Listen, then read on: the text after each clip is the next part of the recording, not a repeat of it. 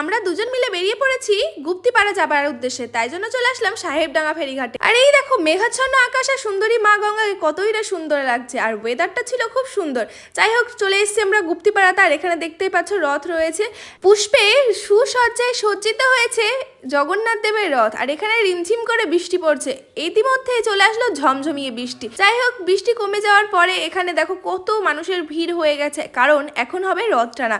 বৃষ্টির কারণে এখানে পুরো জল জমে গেছে, তার মধ্যেই কিন্তু রথ টানা হচ্ছে। আর এখানে কিন্তু সকলেই মজা করতে করতে রথ টানছে, রথের পিছন পিছন আমরাও ছুট। শ্রী জগন্নাথ দেবের মাসির বাড়িতে এখানে বলভদ্র সুভদ্রা জগন্নাথ দেবকে রেখে দেওয়া হয়েছে, আর রাস্তায় বেরিয়েও দেখি রথ টানছে, আর এখানে সাথে আবার ডিজে। যাই হোক রাস্তায় দেখো কত জল জমে গেছে। এখন বাড়িতে এসে আমি আবার বিন্নগরে চলে এসেছি রথ দেখতে, কারণ আমাদের এখানে তো রথ দেখতেই হবে। তো যাই হোক বন্ধুরা, আজকের আমার এই ভিডিওটা তোমাদের কেমন লাগলো অবশ্যই কমেন্ট করে জানাতে ভুলো না। আর সকলকে জানাই শুভ রথযাত্রার প্রীতি শুভেচ্ছা অভিনন্দন। জয় জগন্নাথ।